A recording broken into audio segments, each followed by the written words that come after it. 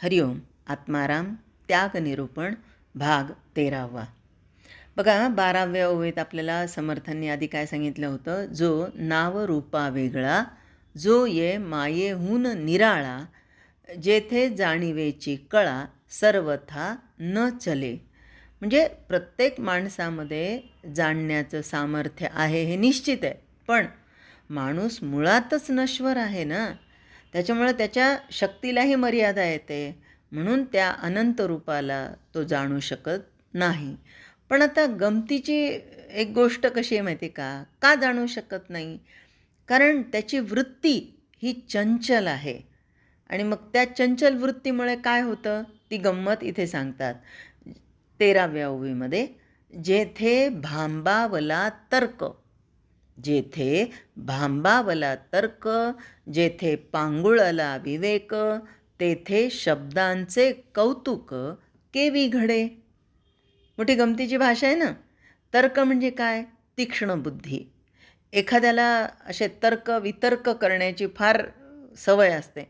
नाही, मग असं का म्हणाले, मग त्याच्या आधी काय झालं होतं, मग सुरुवात कुठून झाली होती, याच्यासाठी काय लागते? तीक्ष्ण बुद्धी लागते. पण जिच्या साह्यानं समजून घेणार ती तर्कबुद्धीच गोंधळली आहे. मग आता तो काय समजून सांगणार?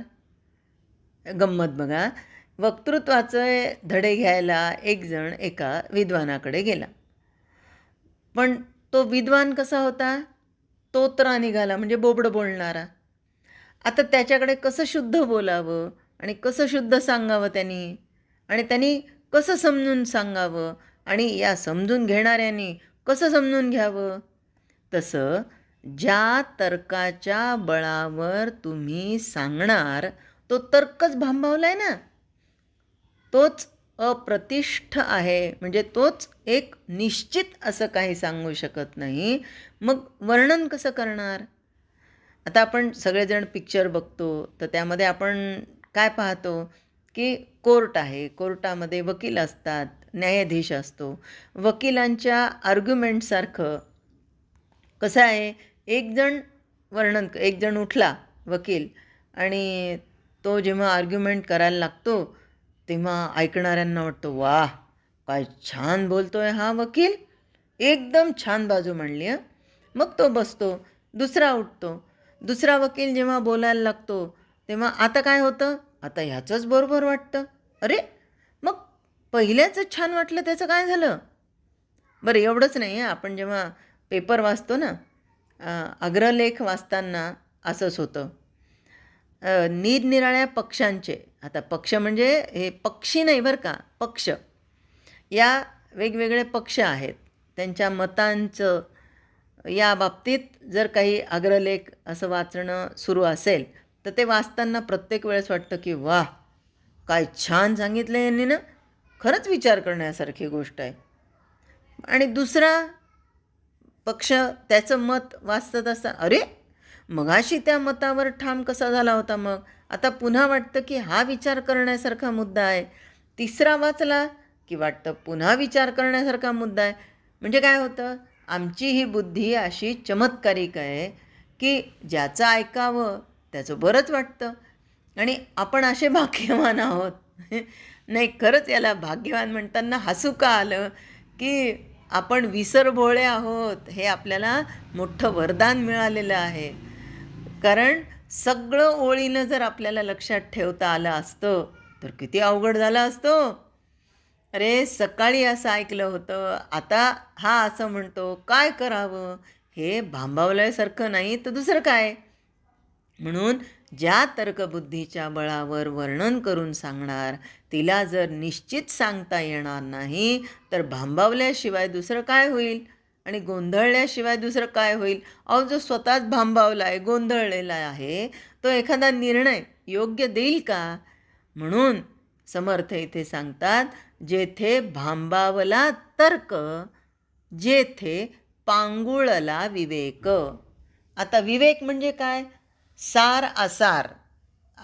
आसार काय आहे आणि सार काय आहे? तर याच्यातला आसार सोडून द्यायचं आणि सार तेवढं निवडून घ्यायचं. मग निवडून काढण्यासाठी दोन असावं लागतं, म्हणजे एक तर चांगलं, एक तर वाईट. किंवा एक श्रेष्ठ दुसरं कनिष्ठ, एखादं काळं एखादं गोरं, एखादं हिताचं एखादं आम्हाला अधोगतीकडं नेणारं म्हणजे अनहिताचं, असं काहीतरी असावं लागतं. हे काहीच ज्याच्याजवळ नाही त्यातून काय निवडावं बरं. आम्ही स्त्रिया जनरली काय करतो, रोज तांदूळ निवडून घेतो. पण तांदूळ निवडण्यासाठी काय करावं लागतं, आधी त्याच्यामध्ये खडे तर असावे लागतील ना. सगळेच जर तांदूळ असे इमानदारीनं गोळा केलेले असतील तर त्यात निवडायचं काय. जिथे भेसळ असेल तिथे निवडता येतं, जिथे भेसळही नाही आणि भेसळ होतही नाही तिथे निवडता येत नाही.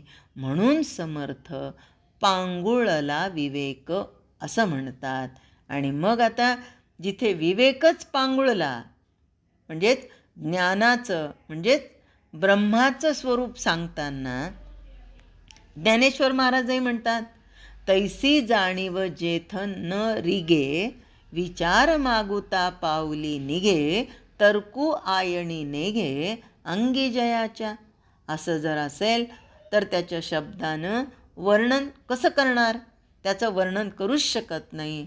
म्हणून समर्थ म्हणतात, तेथे शब्दांचे कौतुक केवी घडे. जेथे भांबावला तर्क तेथे पांगुळला विवेक, तेथे शब्दांचे कौतुक केवी घडे. हरिओम. जय जय रघुवीर समर्थ.